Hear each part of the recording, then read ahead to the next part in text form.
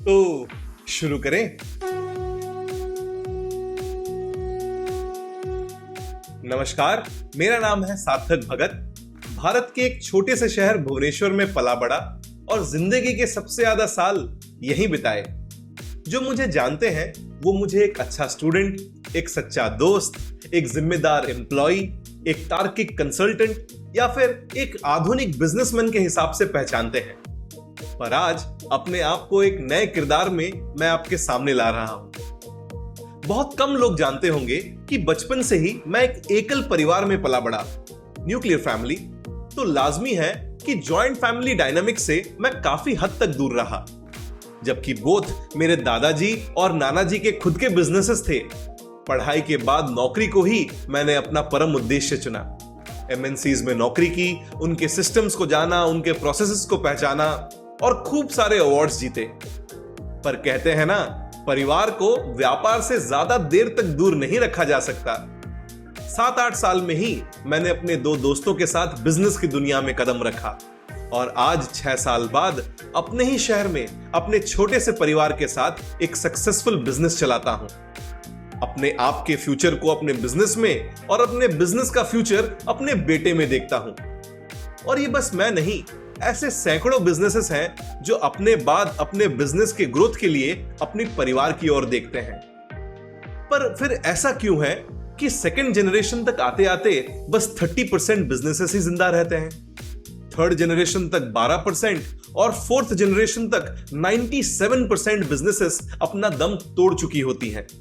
इस सच्चाई से मैं बहुत करीबी तरीके से वाकिफ हूं।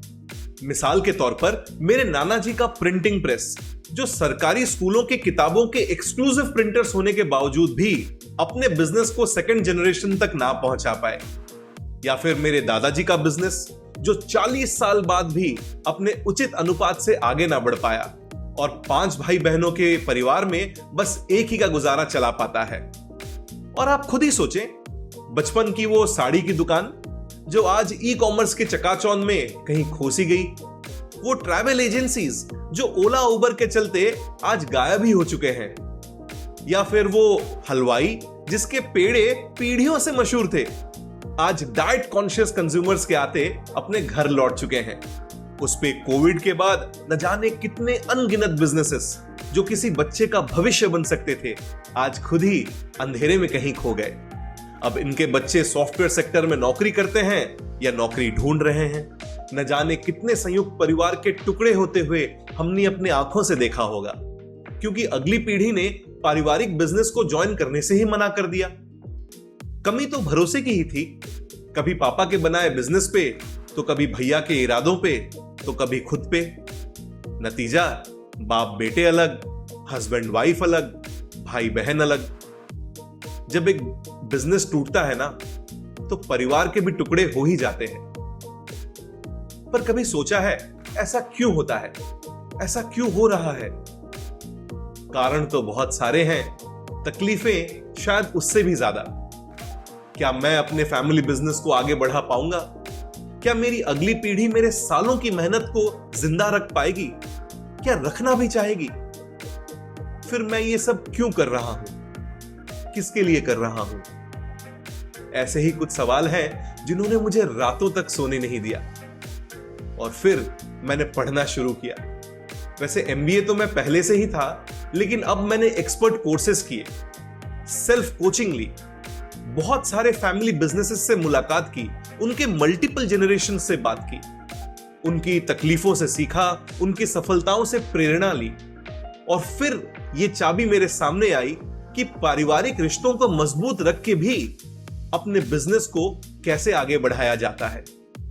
और इन्हीं सारे सवाल के जवाबों को इकट्ठा करके मैं बनाने जा रहा हूं the society for family business leaders, या फिर फैब लीडर्स। एक ऐसा समूह, एक ऐसी कम्युनिटी जो कि आपके फैमिली बिजनेस रिलेटेड सारे सवालों के जवाब आप तक पहुंचा पाएगी। और यहीं से जुड़ा है मेरा अगला किरदार, as a family business coach, एक पारिवारिक व्यवसाय का प्रशिक्षक। आने वाले दिनों में मेरी पूरी कोशिश रहेगी कि हर उस अगले जनरेशन के फैमिली बिजनेस लीडर को जो एक सक्सेसफुल मल्टी जनरेशनल बिजनेस को लीड करना चाहता है, उसको अपने सवालों के सारे जवाब ठीक ठीक से दे सकूं, एक कम्युनिटी लेड अंदाज में। एक फैमिली बिजनेस को ज्वाइन करने से लेके उसको अगली पीढ़ी तक सौंपने तक सब कुछ। उम्मीद करता हूं आप मेरा साथ जरूर देंगे, लेकिन हां, उससे पहले लाइक, शेयर, सब्सक्राइब ये तो आप जानते ही हैं। और कमेंट्स में जरूर बताइएगा कि ऐसे कौन से टॉपिक्स हैं जिनमें आप रुचि रखते हैं या फिर मुझसे उसके सॉल्यूशंस जानना चाहते हैं। बहुत जल्दी मुलाकात होगी, तब तक नमस्कार।